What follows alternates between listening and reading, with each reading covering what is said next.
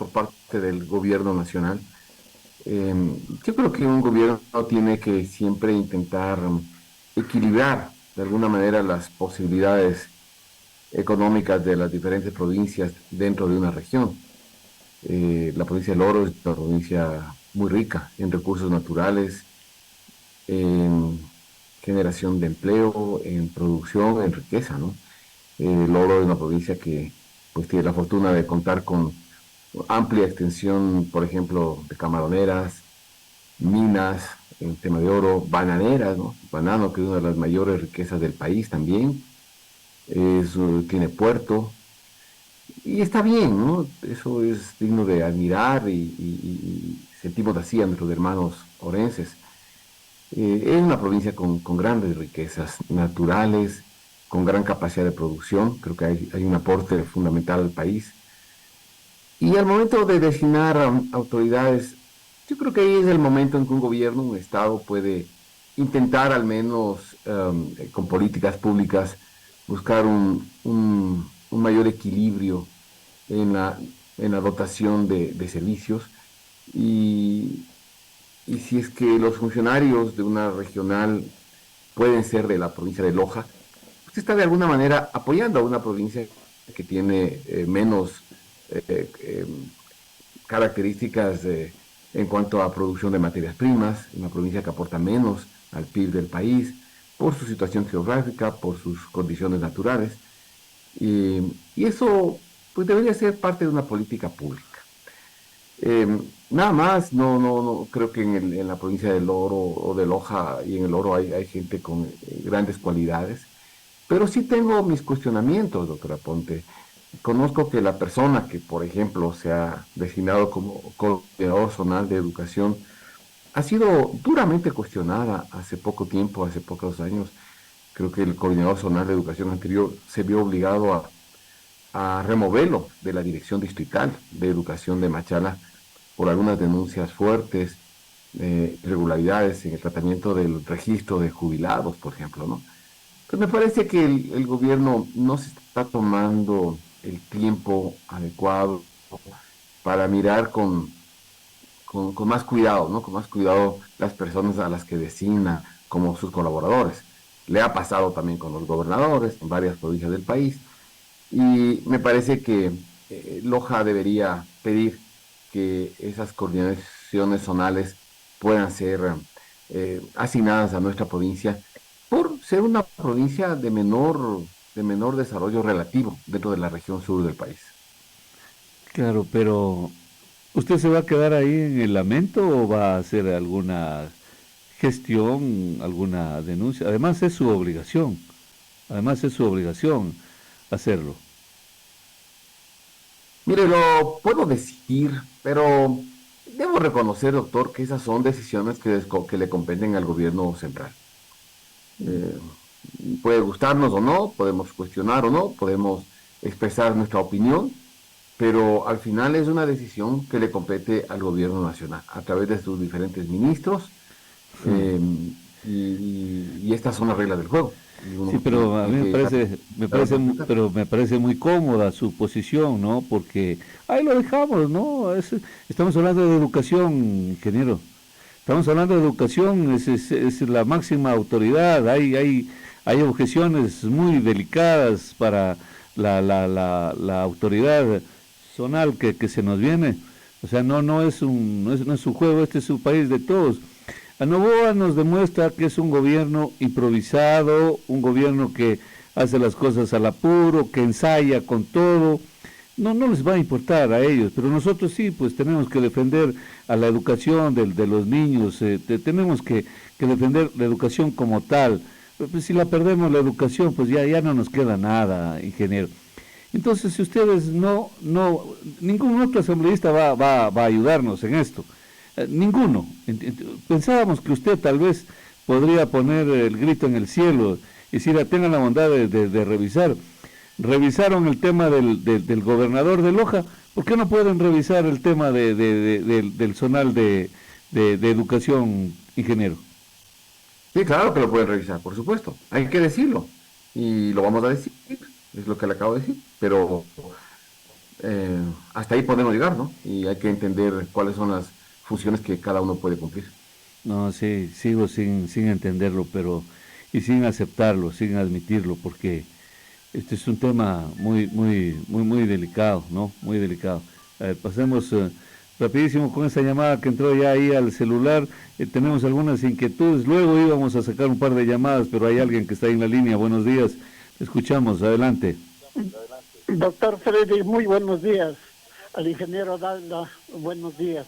Yo le rogaría que en esta oportunidad que el ingeniero está en la asamblea, por favor, pidan acá en Loja también hay buenos profesionales que pueden servir acá a Loja. Me parece incorrecto que se traiga personal de otras ciudades a que nos estén al frente aquí en las diferentes instituciones. Muy bien. Eso es el colmo, doctor, de que piensan que Loja no vale para nada. Perdone, doctor. Ya, muy bien. Muchas gracias. No, tranquilo, amigo. Tranquilo. Bueno, ingeniero, vamos a desear, esperar y combinarle a usted de que haga alguna gestión de la manera más formal, más formal, más oficial, más fiscalizadora, para exigir, no, bonita la cosa, no, está bien. Está bien que pongan personas del oro, a la final son ciudadanos de la zona, pero sí tienen que poner lo mejorcito, pues porque si no es un descrédito, es un desprecio a la función pública que van a cumplir. Esa es la una, ingeniero. Sí, en eso sí creo que tiene razón. Es decir, las personas que sean designadas, escogidas, seleccionadas, sí deben tener cualidades mínimas de honorabilidad, de eficiencia también, de conocimiento de la materia, ¿no? No podemos cuestionar porque sea de el oro, sin duda, son coordinaciones zonales y la zona es el oro, Loja y Zamora. Sin embargo, sí es justo, desde todo punto de vista, es justo que miren con más interés a la provincia de Loja, que comprendan cuál es el nivel de desarrollo relativo de las tres provincias y creo que es por demás justo. Y más aún si es que se ha designado a personas que están cuestionadas. Sí. Esto hay que decirlo y hay que poner en conocimiento de las autoridades nominadoras, que es a quienes les corresponde finalmente tomar esa decisión. Correctamente, no es que viene del oro, que es una provincia rica y le vamos a tener miedo por eso, no, no, usted también es uno de los asambleístas más ricos de la asamblea, está dentro de los 10 ingenieros, es un honor debe ser para usted estar en esa lista poco más si llega a la revista Forbes, usted se declara uno de los hombres más ricos del Ecuador, solo es el hombre más rico de la asamblea, nada más, de los 10 de la asamblea. ¿Cómo justificó esa? O sea, usted hizo esa declaración, ¿no? A la Contraloría de ese patrimonio que posee, ingeniero. Sí, doctora Ponte, no sé si Si tiene problemas en su internet, ingeniero, le comento, es lástima, pero lo hagan con la transparencia con la que se tiene que hacer una ingeniero, declaración. perdone que le interrumpa, pero le registramos que su internet ¿Aló? está, ¿Se me escucha? no, Doctora Ponte, bueno, verá, ingeniero, le decía porque prácticamente su internet es nulo, ¿no? Entonces, no creo que a estas alturas usted pueda mejorar el internet, tiene un internet de muy baja calidad ahí, y fíjese, siendo uno de los hombres más ricos.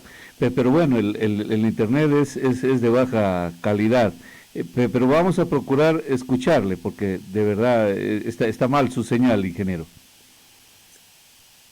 ¿se me escucha, Ya, doctora? ahí sí, sí, le Le estamos decía escuchando. que, sí, le decía que yo espero que todos los asambleístas presenten su declaración patrimonial con la transparencia con la que hay que presentar. Siempre tengo mis dudas al respecto. Yo lo he hecho como corresponde, con absoluta claridad y con absoluta transparencia. Pero debo comentarle, doctor, que casi un 60% de mi patrimonio está constituido por bienes que yo he heredado. Eh, Heredó mi padre de mi abuelito. Hay una propiedad acá en el Valle de Tumbaco, en la parroquia Tumbaco, una, que en su momento fue una hacienda muy grande que fue de mi abuelito, entiendo que fue adquirida en 1940, en esa década, y cuando él falleció, pues heredó mi padre y sus hermanos, y cuando mi padre falleció en el 2004, pues hemos heredado sus hijos, y eso, doctor, está en mi patrimonio desde el año 2004, ¿no? Hace casi 20 años, van a ser 20 años ya mismo, que falleció mi padre, y eso consta en mi patrimonio desde ese entonces. Yo he hecho declaraciones patrimoniales cada 2 años desde el 2004, de modo que no es ninguna novedad. Hoy alguien ha tomado la prolijidad de revisar uno por uno los patrimonios de los asambleístas y presenta esas cifras al país. Pero eso está en mi patrimonio desde hace 20 años, cuando falleció mi padre, pues tuvimos, mis hermanos y yo, una herencia que, que justifica o que explica más de la mitad de lo que es hoy mi patrimonio. Claro, entonces cualquier suspicacia al respecto se desestima por sí sola, ingeniero. No es que eso se hace plata en la prefectura y institución pobre. No, no, no.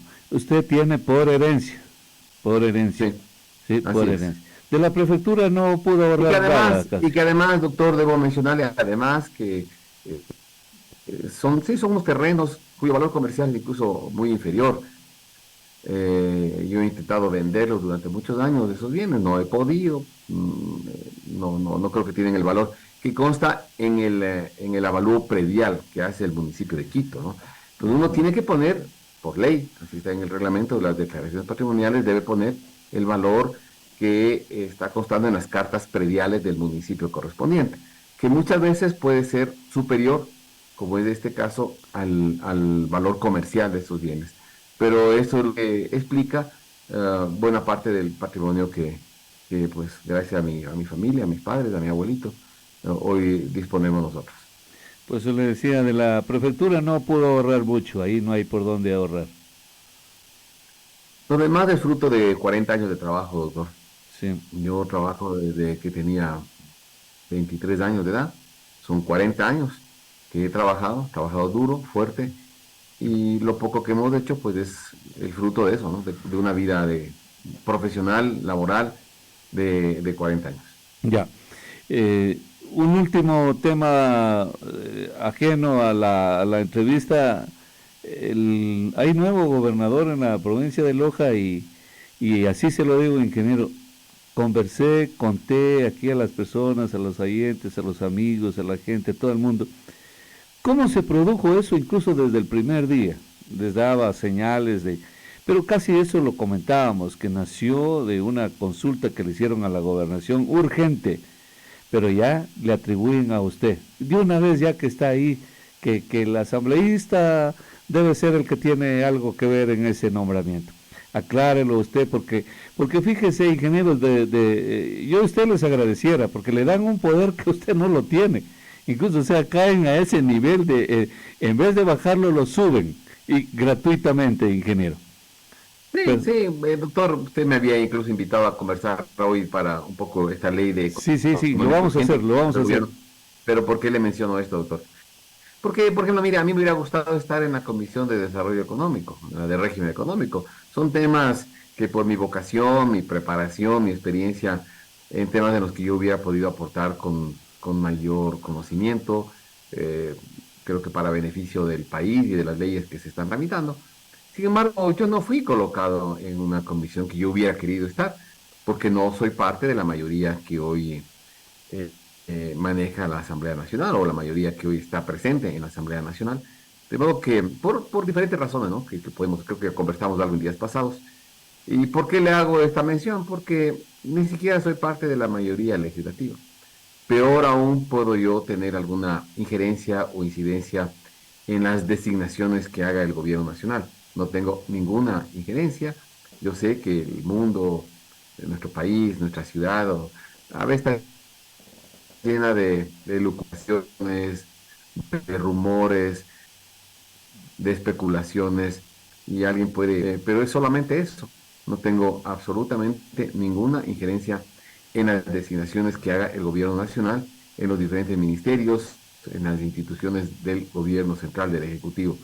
De modo que en la designación del señor gobernador, todo mi respeto para el coronel Aguilar, pero no tengo ninguna incidencia y para mí también fue una sorpresa, tanto la designación del coronel Paredes como la designación del coronel Aguilar, para mí han sido como, al igual que muchas personas, la verdad, decisiones sorpresivas, ¿no?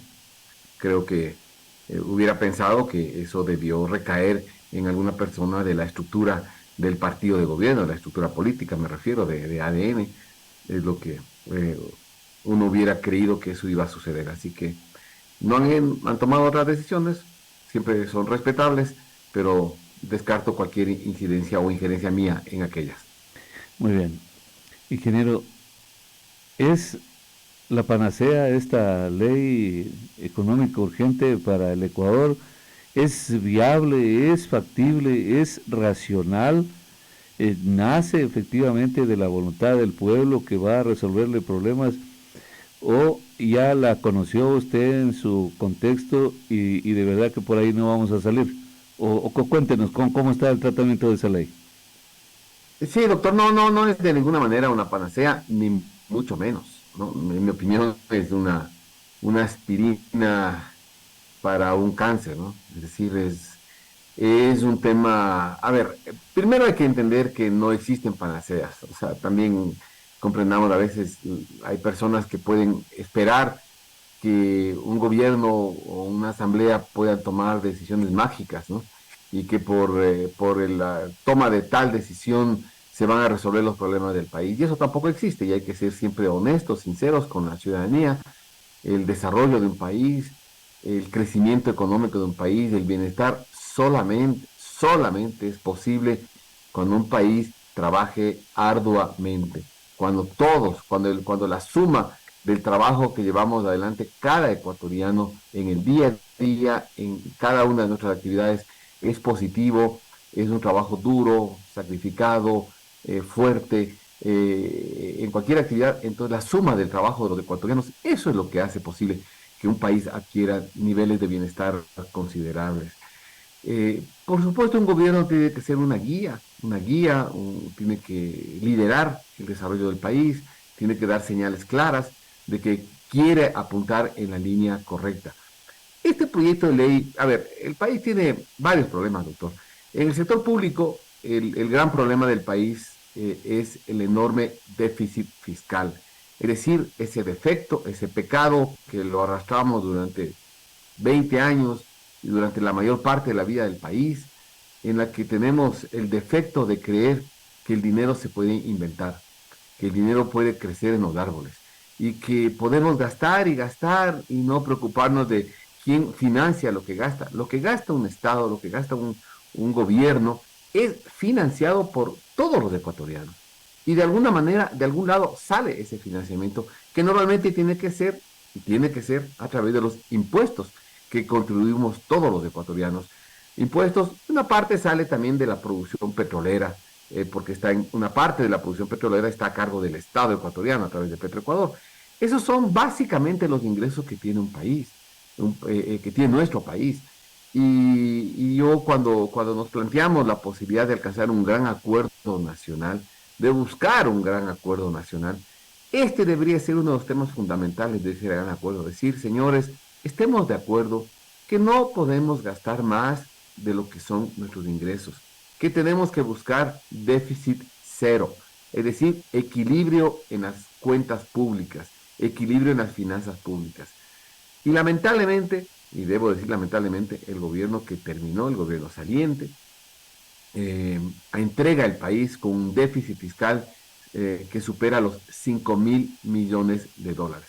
Y al igual que he criticado a otros gobiernos en el pasado, doctor Aponte, esto es una irresponsabilidad, ¿no? Es una irresponsabilidad porque el déficit, ¿qué significa? Deuda, y la deuda significa impuestos futuros, y cargarle el costo del exceso en el gasto público, cargárselo a la población, a la ciudadanía. Y eso no está bien. Y el gobierno actual tiene que hacer esfuerzos para buscar equilibrio en las finanzas públicas, para lograr financiar todo el déficit que tiene, porque De no lograr financiarlo, ¿cuáles son las consecuencias? No se pagan a los proveedores, no se transfieren los recursos a los municipios, a las prefecturas, se paraliza la obra pública, se crean enormes dificultades en el país, se cierra la posibilidad de inversión pública en el Ecuador, eh, en algún momento dificultades hasta para pagar sueldos a los empleados públicos, y como de hecho ha ocurrido ahora mismo en el mes de noviembre, el gobierno ha tenido que estar sacando plata del Seguro Social, del Banco de Desarrollo, de la CFN, juntando dinero para poder pagar los sueldos de noviembre en este país. Eso es lo trágico, lo duro que enfrenta un país que no comprende que el dinero o que las finanzas públicas deben ser manejadas con responsabilidad, con austeridad y buscando siempre el equilibrio correspondiente. Entonces, algunas reformas que esta ley trae, como por ejemplo remisiones de multas, de intereses para quienes tienen conflictos tributarios con el Estado y que se aspira a que con ello digan, bueno, reconozco el capital, si me van a perdonar las multas, los intereses, reconozco el capital que adeudo y lo pago. Dejo de seguir la parte legal, el juicio al Estado. Eso y alguna pequeña reforma parecería que los expertos he escuchado podrían darle al país entre 800 y 900 millones de dólares al año en el 2024. Pero un país con un déficit de 5.000 millones, que una ley tributaria le entregue 800 o 900 millones, póngale 1.000 millones de dólares, es decir que está cubriendo apenas el 20% de sus problemas, ¿no? Apenas el 20%. Y el otro 80% tienen que tomarse otro tipo de decisiones, tanto en el lado de los ingresos como en el lado de los gastos, porque también yo creo que en el Estado hay mucha tela que cortar, hay mucha grasa que cortar, hay mucho exceso en el gasto público que también se debe recortar. Y eso es lo que un gobierno debe entender, no pasarle toda la cuenta al país, a la población, a la gente, al sector privado, al sector productivo. Buena parte de ese esfuerzo tiene que hacerlo el propio Estado, reduciendo sus gastos y reduciéndolos significativamente. Eso es lo que tiene que ser complementado a esta reforma que ha planteado el gobierno. Eso del lado público. Del lado privado, el Ecuador tiene que alentar también la inversión privada, porque la única manera de generar crecimiento económico, generación de empleo, riqueza en un país es, eh, ocasionando, generando el ambiente propicio para que la inversión privada pueda establecerse en el país, pueda invertir en el Ecuador y eso genera también fuentes de empleo. Entonces, ahí ese es un esfuerzo que tenemos que hacerlo todos, tratar de transmitir a nuestro país, al Ecuador, como un país confiable, como un país certero, como un país en el que vale la pena invertir. Y esta ley trae algunas decisiones que intentan atraer inversiones, el tema de zonas francas es un mecanismo que va en la línea correcta, no es suficiente, no es solamente eso lo que atrae inversiones, pero tiene que también haber esfuerzos en el lado laboral, ¿no? El país tiene condiciones laborales muy rígidas, ¿no? Y ese es un tema que no topa esta ley. Intenta atraer, generar empleo, pues generando incentivos tributarios. La ley establece eso, estímulos tributarios, exoneración de impuestos, una mayor deducción en los gastos para tener un menor pago de impuestos. Si usted contrata personas, si que contrata jóvenes, si provienen de escuelas fiscales o de universidades públicas, el incentivo tributario es un poquito más alto, en el afán de atraer inversiones que generen empleo o en el afán de decirle a las empresas generen empleo y van a tener un estímulo tributario. Eso, repito, está bien también, es correcto, son decisiones que están en la línea correcta, pero no es suficiente, ¿no? El país tiene que hacer importantes esfuerzos para hacer lo suficientemente atractivo a la inversión nacional, a la inversión extranjera, que es lo que nos genera riqueza y es lo que genera fuentes de empleo. Bueno, no compartimos mucho, ingeniero, en la última parte, sobre todo cuando yo ya veo discrímenes en una ley, ya no es universal, característica peculiar de toda ley, es la universalidad. Entonces cuando dice que si viene del sector público, ese hay que darle, y si el sector privado ya no viene de una universidad particular, ya no, porque los de acá son muy llenos. Y de ahí ya estamos acabados. Estamos en un país gobernado por populistas. En consecuencia no vamos a ningún lado. Y vea usted, fíjese, entonces con esa consideración nosotros también decimos, no nos fastidia al pueblo cuando se habla de impuestos solo al sector privado. Desde el más humilde hasta el más grande se le cargan. Pero el sector público, cero, no hay nada, todas las comodidades. Ustedes ganan sueldos astronómicos, igual que los alcaldes, igual que los ministros, igual que los generales, igual que todo el mundo. Ganan sueldos astronómicos, tienen privilegios, ya mismo se van de vacaciones sin trabajar, tienen un séquito de empleados que ni siquiera van a la asamblea. Yo conozco de gente de acá de Loja que hasta ahora no van a la asamblea, asesores y todo eso, pero ya ganaron el mes de diciembre, ya ganaron la mitad del mes de diciembre de sueldo y nunca fueron a Quito, se inscribieron en la... Esos latrocinios pequeños que se dan socavan la economía de un país y por sobre todo socavan la esperanza que tiene un pueblo, porque ve el discrimen. Es como cuando el pequeño ve que el grande roba, entonces el pequeño también roba. Entonces hay una descomposición social, ingeniero. Yo creo que por ahí hay que comenzar. Ve al alcalde de Gonzanamá que gana un sueldo casi como el presidente de la República. No puede ser eso, y que ya lo venía ganando el alcalde anterior, y no se bajan, y cuál es la rentabilidad. Fíjense, pregúntenles qué han hecho en 7 meses. Cero. Lo único que hicieron es aumentar su patrimonio económico. Se han ganado, los alcaldes superan en 7 meses los 40, 50 mil dólares solo de sueldo. Y el pueblo no sigue sin ganar un centavo medio, no hay obra, no hay nada, pero para ellos sí hay todas las comodidades. Entonces, mientras hayan estos privilegios, ingeniero, yo veo que nunca habrá conciencia del pueblo ecuatoriano para arrimar el hombro, tal como piden todos los gobiernos de turno, ingeniero. Bueno, yo le había dicho, doctor, que, a ver, yo le estoy describiendo lo que la ley contiene. Así es. Me ha pedido que le explique qué tiene esta ley y le he dicho en breve rasgos lo que tiene esta ley. Puedo hablar muchas más cosas de su contenido. Luego no es que yo esté de acuerdo, ¿no? con lo que esta ley establece. Yo estoy de acuerdo con usted. Bueno. El discrimen Vale. en el tratamiento de incentivos tributarios para quienes generen empleo es, por decirlo menos, odioso. Y es eso, es un discrimen que no deberíamos aceptarlo. Luego yo le he dicho también, doctor, que cuando un Estado le exige a la población un mayor esfuerzo a través de impuestos o de reducción de subsidios, pues el primero que tiene que dar ejemplo de esfuerzo y de sacrificio es el Estado. Y tiene que ser reducido el gasto público.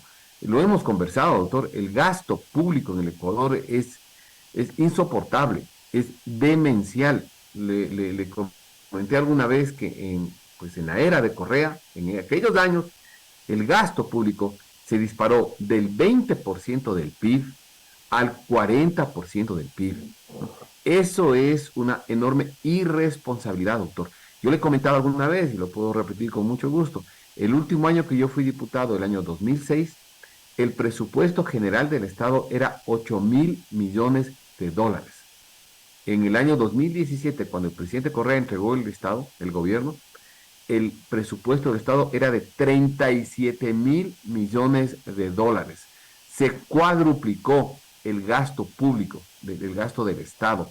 Eso es una irresponsabilidad, porque eso es cargarle el peso de esos gastos, le carga al pueblo, le carga al país. Y por eso las enormes dificultades que han tenido tanto el gobierno del presidente Moreno como el gobierno del presidente Lazo y hoy el gobierno del presidente Noboa, es el enorme gasto público que tiene el Ecuador, doctor, y no se lo ha enfrentado a este problema. Claro, es duro, porque si usted metió más de 200.000 personas en el Estado a trabajar en el Estado ecuatoriano, ¿cómo puede usted despedir 200.000 personas? Ya no se puede, ya eso tiene enormes dificultades.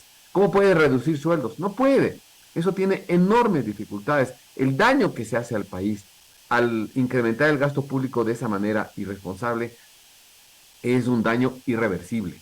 Y la única manera de enfrentarlo a futuro es que la economía crezca para que ese gasto público deje de ser 40% del PIB y pueda ser 30% del PIB, porque la economía creció. Pero que la economía crezca necesita de muchas decisiones acertadas. Y al momento de plantear reformas tributarias o medidas de parte del gobierno, tiene que el gobierno decir, el primero que va a hacer un esfuerzo es el Estado, es el sector público, reduciendo los gastos en donde se pueda reducir. Y creo que hay muchísimas cosas en las que se pueden reducir. Vea usted lo que ha hecho el presidente de Argentina ahora mismo. Dice, ¿por qué tiene que haber 18 ministerios? Vamos a trabajar con 9 ministerios. Bueno, ese es un ejemplo de lo que se puede hacer en el sector público. ¿Cuántas instituciones están de más? ¿Cuántas de las actuales tareas que cumple el Estado, el gobierno central, están de más? Son innecesarias, inoficiosas, están solamente creando gastos que los financia y los paga el resto de la población. Yo soy absolutamente partidario de que cualquier esfuerzo fiscal tiene que empezar por la reducción en el gasto público. Ingeniero, me parece bien entonces que por ahí vamos, por esa línea. Nos parece bien, pero nos parecerá mal al final porque igual nunca se corregirá nada. Cuando hay un error, cuando hay un problema, hay que corregirlo. No hay gobierno, efectivamente, que se atreva a corregir eso. La única manera es enriqueciendo. Voy a entrar en una reiteración desmedida. Es corrigiendo lo que se ha venido haciendo muy muy mal, ¿no? Por parte del Estado. Entonces, no hay manera en el mundo de salir del problema a menos que se coja el toro por los cuernos, ¿no? Y entonces cambiar algunas cosas. Pero mire usted que el pueblo vota por un gobierno, por otro, en el afán de que ya cambiemos, de que mejoremos. Y si se sigue haciendo lo mismo, pues no vamos a ver nunca jamás ningún cambio, ingeniero. Los GATS están complicados, pero sabemos muy bien, ellos solo piensan la plata, la única que necesitan es para los sueldos. Porque les dan plata, igual no hacen ninguna obra. Entonces, aquí la desesperación es que no les pagan, no les entregan las transferencias, pero es para sueldos. Porque bajo esas análisis que usted ha hecho, ingeniero, no hay esperanza de que el gobierno provincial de Loja haga obra, los municipios hagan obra, los pueblos, peor el municipio de Loja. Usted sabe la carga laboral que tiene el municipio de Loja, es imposible. Y no solo que paran ahí, siguen incrementando más y más cada alcalde que viene a administrar la cosa pública. Entonces, a veces yo no quisiera desalentarnos entre nosotros mismos, pero tiene que haber una salida, ingeniero. Con eso vamos a concluir. Tiene que haber una salida, ingeniero. Sí. Solamente decirle, mire, por justicia y la obra pública que hizo el gobierno provincial de Loja en los últimos 9 años es inédita, es histórica. Ahí sí ha habido muchísima obra pública, pero coincido con usted. Yo lo he dicho en la campaña, usted debe tal vez lo recuerde en su memoria, mi planteamiento de campaña, y es uno de los temas que ya estoy trabajando en la Asamblea, es preparar ese proyecto de ley que ponga un límite al gasto salarial en los GATS, en los gobiernos autónomos descentralizados, prefecturas, municipios. El gasto salarial tiene que tener un límite, porque caso contrario es lo que usted acaba de mencionar. Resulta que los recursos que con tanto esfuerzo entrega el gobierno central a los GATS, que es fruto de los impuestos de los ecuatorianos que se entrega a los GATS, no puede ser que ese dinero esté destinado en un 80, 90% solamente al gasto corriente, solamente al pago de salarios de empleados. La obligación de los GATS es hacer obra pública, es mejorar servicios, es mejorar infraestructura para una provincia, para el país, y en esa línea coincidimos.